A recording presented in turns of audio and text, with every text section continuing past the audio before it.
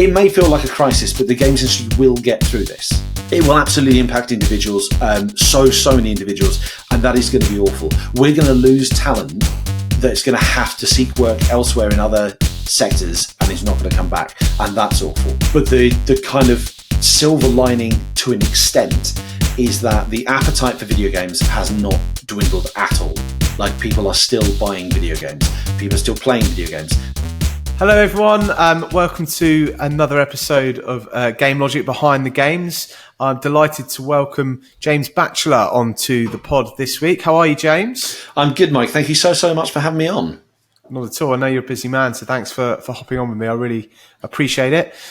James, according to my notes, you're currently the editor-in-chief of GamesIndustry.biz. Is that right? That is correct, yes. Brilliant. So for those of you that don't know, James puts out a fantastic LinkedIn update every single day, which has got me absolutely hooked. So if you don't already, make sure you go and follow James and check those out every day. And I'm sure, like many others, we really appreciate the updates through these troubled times this year. So thank you on behalf of everyone, James. We really appreciate it. No worries at all. I started in January. I was just basically thinking of like better ways to kind of share all the reporting and stuff that GI does. And I thought, like, rather than like just scattering, tweets and stuff throughout the day, like just compile it in one place. And yeah, like people just message me and say, thank you so much. This is so useful. I was like, okay, right, clearly this is needed. I'll keep going. Oh, it's a fantastic daily summary. And I don't know what you think, but certainly it feels like the stories coming out over the past 3 to 4 weeks tentatively are a little bit more positive than they were a couple of months ago, I think. Oh, massively. Like when I actually started doing this in January, it was really depressing. Like to write this every day, I was like, okay, here is everything awful that has happened today. The hundreds of layoffs, studio closures, troubles with funding. Like, and obviously those problems haven't gone away. They haven't gone away. But you're right. Like we've seen a lot more. Potentially positive news. We've seen a lot more. New studios starting, more studios receiving funding. The number of layoffs and the kind of the volume of layoffs we've seen coming through have started to slow down a bit. So yeah, it's fingers well and truly crossed. It's a bit more optimistic out there. Absolutely. Well, before we go into that in a little bit more detail, James, I'm sure we will. I guess the main reason for me starting this podcast is I'm really kind of keen to speak to people from different areas of our industry. So far I've spoken to people with a whole range of different skill sets, and you'll be pleased to hear you're the first journalist I've had on the pod. But again, it's another fascinating angle that I and hopefully some listeners are really keen to learn about, James. So if you don't mind, would you mind just start by going through your journey and tell us kind of some of the different roles and the path you've taken to get where you are today? Yeah, certainly. So I was very lucky. I kind of started as an intern on a small B2B mag called In Stock magazine that was in London. And I say I'm lucky because this was proper stars aligning.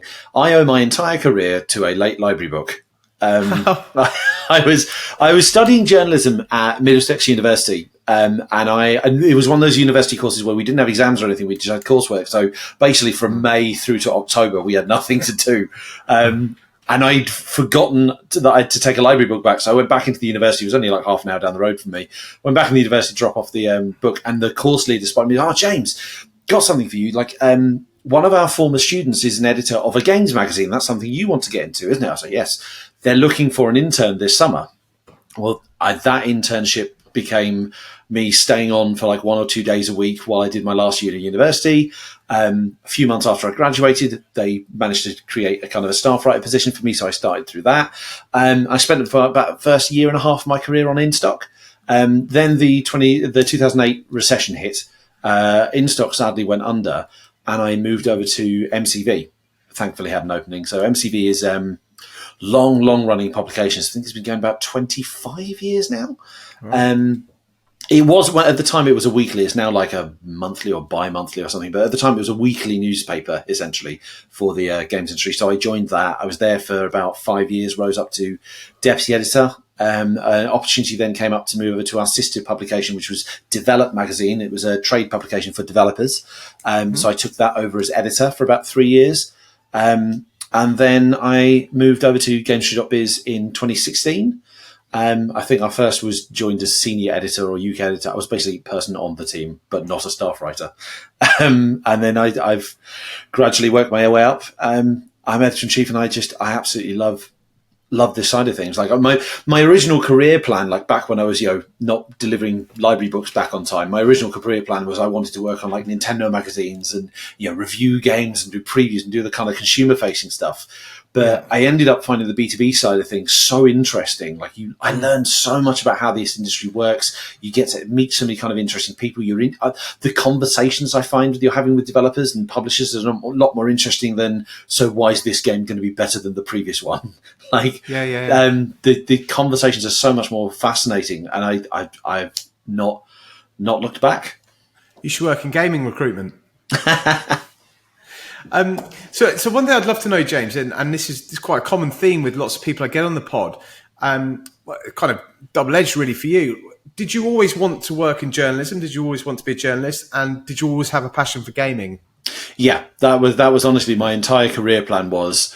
You go through secondary schools, like you don't really know what you want to do for your life. I mean, I wanted to be a spy, I wanted to be a train driver, I want to be, But I remember reading, there was an article in N64 magazine, where it was like, we're looking for a staff writer. And I think that was the point where for me it was click. It's like, oh no, hang on, people actually do this for a living. And I have always loved writing. I've always loved writing. So like my two passions in life were writing and video games. It made sense to find a career that involved both of those. So journalism was the way forward. And so, that's why I studied journalism. Although interestingly, like you don't need to study journalism to get into games journalism. You just need to write. Like when I was on MCV, I vaguely remember like the team kind of lightly taking the mick out of me because I was the only one who actually bothered to study journalism, because we had people on there who had like maths degrees, drama, media studies. Like I was the only person who'd actually properly studied journalism. So that's really interesting on a couple of points. So firstly, I put out a post today about I didn't go to uni and my daughters probably won't go to uni, and there are other routes available. So it's quite pertinent on that front. But quite often I ask people from different professional backgrounds about kind of advice getting into the industry. And it's almost like opposite advice from you in some ways, I guess. Like I did get the degree. I was almost the only one that did, right? Yeah, essentially, yeah. I mean, the degree helped. Like I think the degree helped. But ultimately, like the thing that got me started was that internship at InStock. It was experience. Like, the reason I was able to land a role at MCV when InStock went under was I had a year and a half's worth of published work rather than I had a degree and a few freelance pieces, and I had established contracts in the industry. Like, and now I was lucky. It was pure chance that I had the opportunity to do that internship. There aren't many internships out there, but in this day and age, I mean, like this, it's so easy to kind of set yourself up a blog or like a miniature site and kind of or start pitching freelancing pieces to various editors. Like the trick to get into journalism is to write, is to get out to events, is to meet people, network, try doing some interviews, try pitching those interviews to editors at established sites. And once you've got a few bylines and stuff under your wing, you can either stay freelance or you can start applying for more permanent roles because you've got kind of a portfolio of work that you can show off rather than just, I've got a degree that says I might know what I'm doing. Yeah. And I think that's great advice for anybody listening that wants to follow your path, right?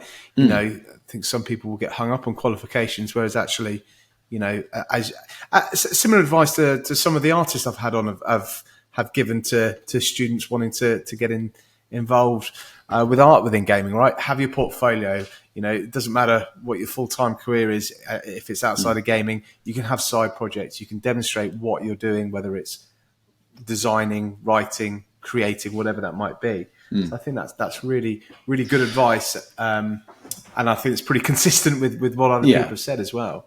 When I've been hiring over the years, like obviously when I've been involved in a recruitment process to bring someone new onto the team, like, yes, absolutely, a qualification will kind of get our attention and will kind of, keep your CV from immediately be put in the bin pile, as it were. But it's not the only thing we're looking for. Like if you've got work published already, if you've got links to writing that we can see and we can read and we can get a feel for what your kind of voice is and whether or not it's a good fit for our team, fit for our site, Yeah, it very much comes down to the writing. A qualification can help, but it's not essential. Okay. So before I come on and ask you more about your current role, which I'm really interested in learning about, actually, I want to ask you a couple of things about your journey. And in particular, I'd love to learn more, if you're able to disclose more about your internship, because I think, for example, in football, internships kind of 20 years ago are very, very different to how they are now, right? Apprentices used to clean the boots and basically used to do what they're told. So, and I think from what I understand, like journalism and maybe some other industries in the city anyway, almost have that I don't know if stigma is the right word, but always had that reputation that go with them. So what was it like when you first started out? I mean, what was it brutal? Was it? No, I think I was lucky. So InStock was quite a small publication. I think if I remember right, there was literally like 4, maybe 5 of us on the team. Oh, right. And it was a monthly, and that included me, the intern. It was a monthly magazine that kind of looked at what video games were coming out each month. Kind of offered you a breakdown, like each game that was coming out over the course of the month. There was kind of a short feature on it that was detailed what the game was about, what support the publisher had put behind it, what kind of marketing plans were, and kind of preparing retail. The target audience was retailers, so it was kind of informing retailers about what games are coming out and whether or not they're going to potentially do well. And a few broader features about the industry and so forth. And so I was just put to work straight away from the first week of writing up previews about video games, just writing, this game is about this game is about that. Sega are supporting this with this marketing plan. There's going to be ads. And it was, and learning a lot more about kind of how these games are promoted and published around launch. I was sent to a couple of press events, so I got to go and interview people. I was full blown staff writer, from the word go. I was treated like a full blown staff writer from the word go. That's awesome. So it was brilliant. And future publishing, I did a couple of internships there, just 1 week at a time. But I think it was PC Game was first. I basically wrote the demo pages for one issue, and then because obviously I appreciated they actually gave me some work to do, because with a team like that, that's a much larger team, much more larger mag, and a much kind of tighter deadline and so forth.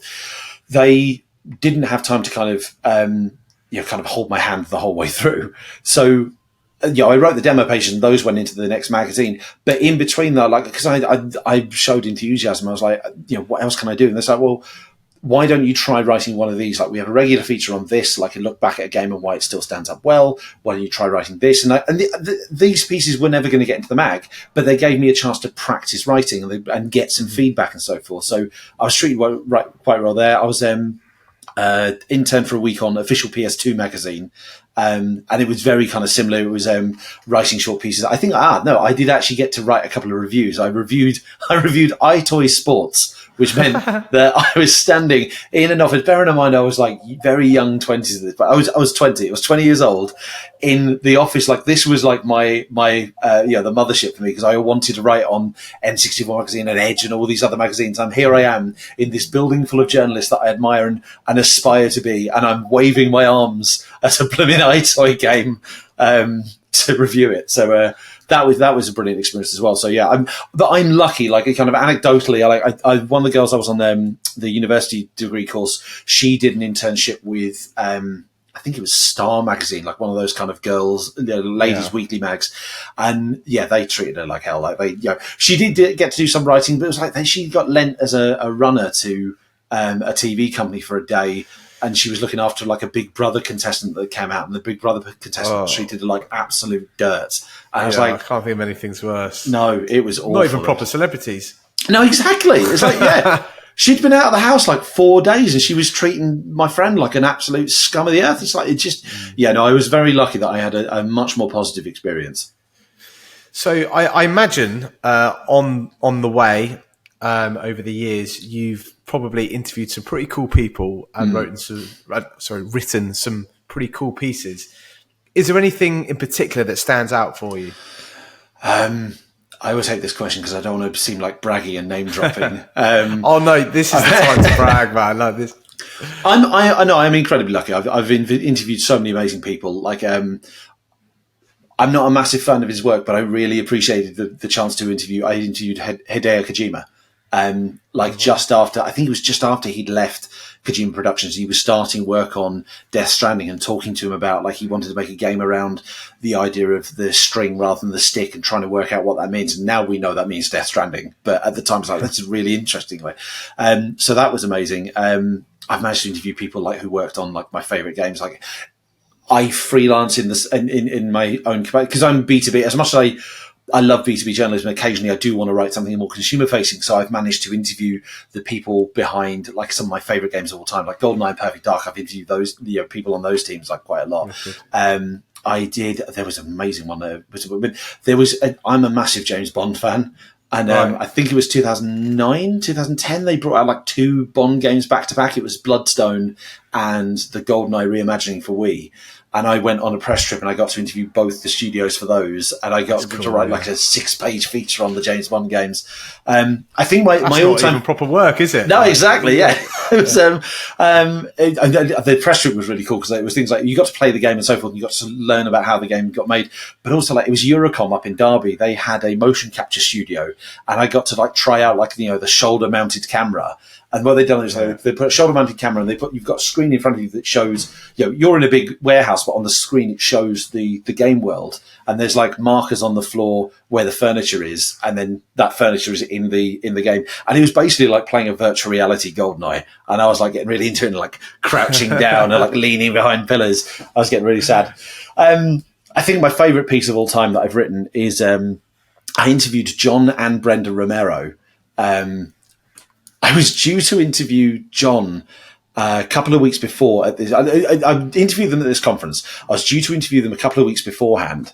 And it was when he announced that Kickstarter for, I don't know if you remember, he did a Kickstarter for a game called Black Room, which was going to be a kind of a holodeck style, very, very moddable first-person shooter that basically he was going to make like scenarios and stuff for it, but he was going to give the tools to people to make their own kind of levels and scenarios and so forth. And you'd start the Kickstarter and the message me is like, well, I know you're talking to him, in a couple of weeks, but do you want to talk to him ahead of the Kickstarter so you've got something to go then? I was like, yeah, brilliant. So I interviewed John then, but we still had the appointment for this conference, Reboot Develop Blue. We still had this appointment. It's like, well, I've just talked to him about all this. Like, I've got to find something else. And what I ended up doing was the two of them, obviously, they've been a couple for so damn long. And they're kind of like one of the iconic games industry couples. So I thought it'd be quite nice to kind of do a more personal piece about them and their life and what it's like, being a couple in games development. And it's just wonderfully kind of friendly, personal interview. Yeah, wow. About what a great angle. It was amazing. I learned so much. It was like, they jokingly like 3 a.m. having massive disagreements about how game design should work, and like Brenda's son. I think it was Brenda's son Donovan wanted to be a games designer, so John as his stepfather kind of taught him coding and helped him. I actually interviewed Donovan a few years later about he released his first game, and it was all about like how they met, and it was a lovely piece of life with the Romero, as I call it. It was just it was brilliant. It's still one of my favourite pieces I've ran. Brilliant. Yeah. So on to your current role. So I think sometimes in certain disciplines within any industry, right, there's, when you kind of get promoted and take up levels of seniority, you can often become quite far removed from your natural skill set and become a little bit hands off, whether that's engineering or design. So in your current role, James, are you able to do? It sounds like you're still able to maintain some of what you love doing. Are you still kind of full on with your writing and interviewing? This is kind of a point of contention with me and my team. Right. I really should be doing more managing at this point, right, but I just enjoy writing so much. Yeah, I'm still fairly hands-on. I'm getting better at kind of delegating and kind of passing work on to the rest of the team, or at least not taking on quite so much. I'm trying my hardest to work a lot more with freelancers and kind of get some more voices in, and kind of open the pitch and get some kind of give other people their start, hopefully, or kind of help give them their start. So yeah, I'm still doing one thing that people don't realize about GamesIndustry.biz, like, because we've been going 20 plus years, and it's. I honestly don't mean to kind of brag, but we are one of the leading B2B websites for the games industry. Like, we're one of the kind of key news sources. And we have people so like, are genuinely shocked when I explain that like the editorial team is 5.5 people. Like there's only 5 of us covering everything that's happening in the global games industry, and trying to look at all these different angles and trying to kind of give some proper analysis and insight into what's happening within the game space. So people get quite surprised that there's so few of us, but because there's so few of us, obviously there's still room for me to do some of the writing, do some of the hands-on stuff. Yeah, absolutely. And then, so aside from the writing, what, if you don't mind, what would a typical day in the life of James Batchelor at work look like? Well, a typical day would be once I've kicked the kids out for school, I can finally actually concentrate.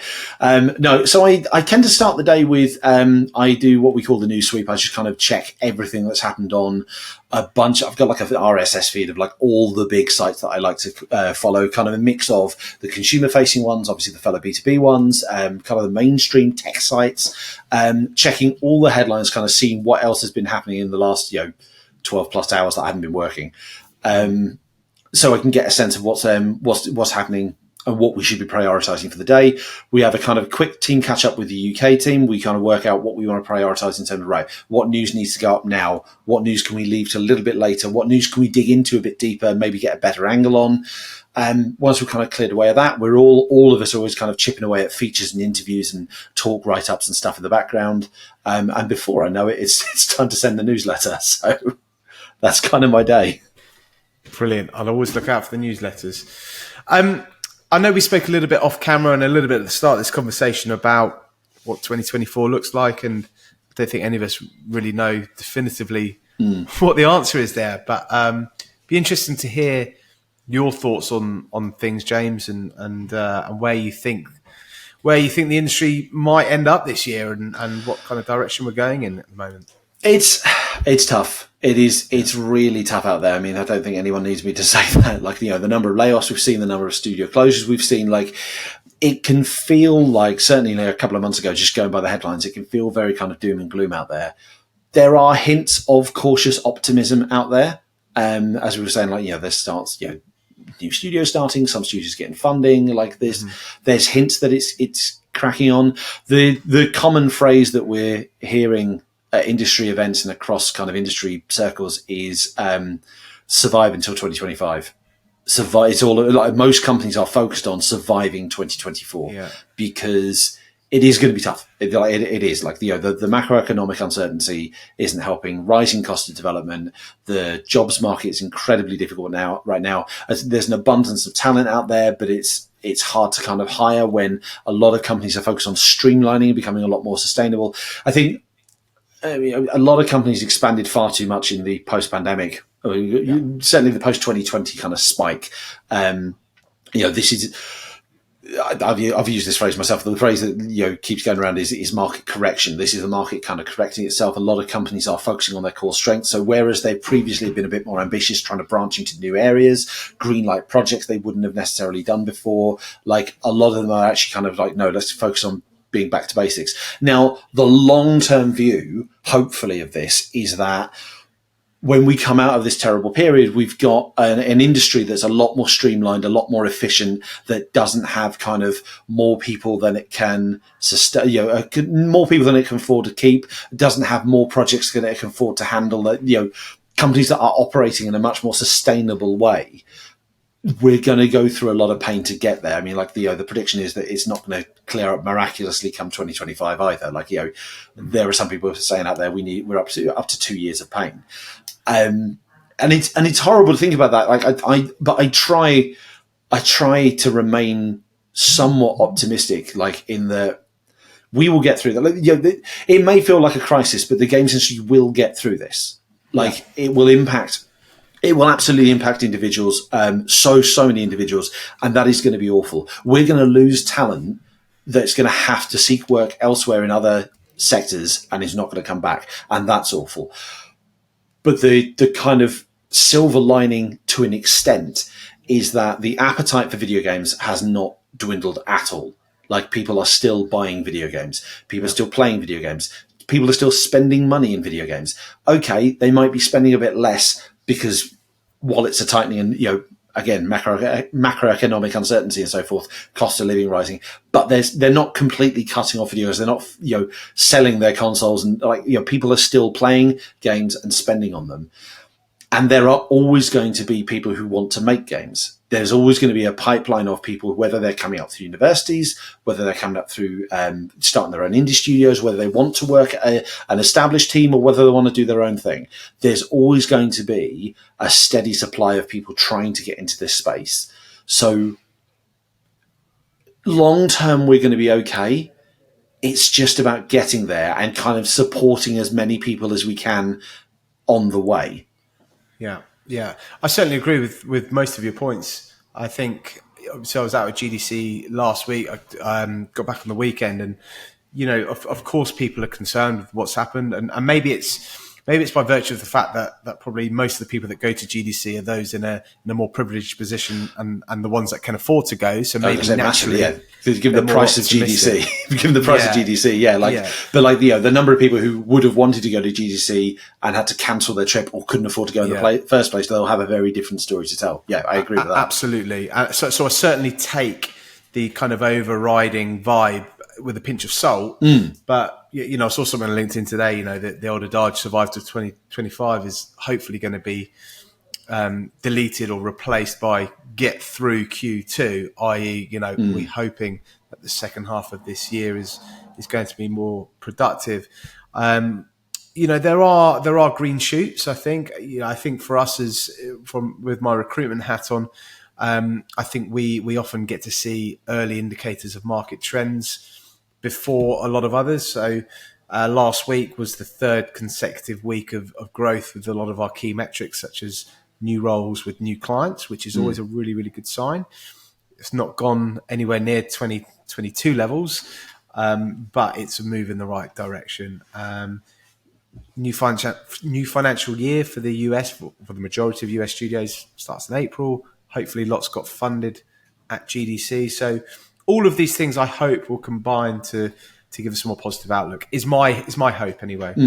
I hope so as well. I'm kind of all this year been trying to strike the balance between, obviously, we've got to report the realities of what's happening in the industry, but trying to find the positive stories as well, the success stories. And I've known companies also who have had massive hits this year. There are a few massive hits already, and I know publishers are genuinely not entirely sure how to communicate that because they don't want to seem insensitive to what's happening.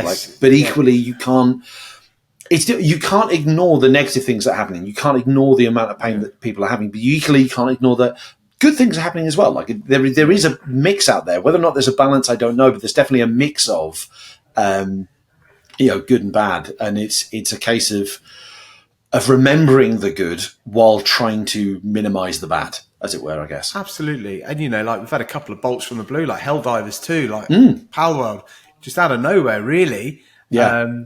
And maybe that's a little bit harsh on them, on Arrowhead.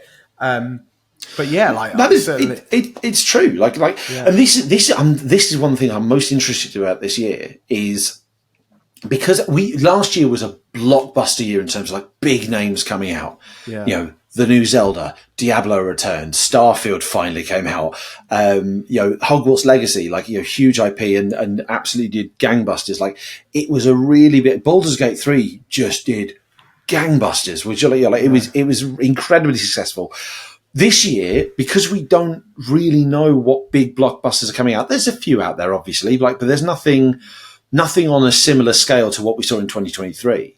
Yeah. This actually is going to be the year where hopefully the sort of games that would have been drowned out last year have got the opportunity to shine this year. It's going to be a year of surprise hits, hopefully. Yeah, it could be really exciting for everyone in the industry. No, I agree.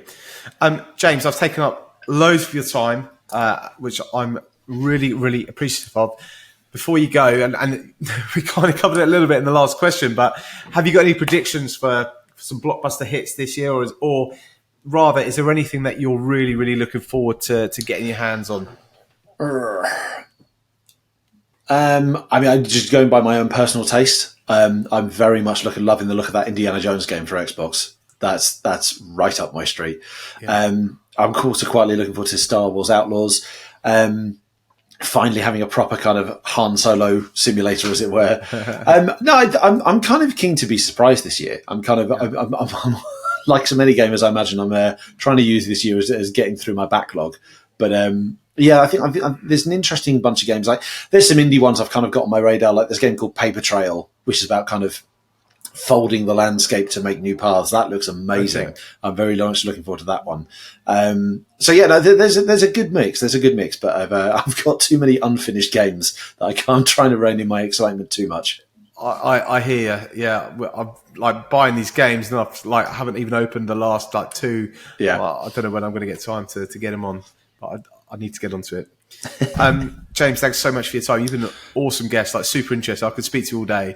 Well, thank you so much for having me. I've really enjoyed this. Thank you, Mike. Not at all. And wish you all the best. Hope everybody enjoys this episode. As always, like, subscribe, download, comments, ratings, everything you can do to help boost our pod is much appreciated. And if you think of anybody that would make a great guest, I'd love to hear from you. For now, bye-bye. Thank you again, James, and I'll speak to you real soon. Speak to you soon. Thanks, Mike.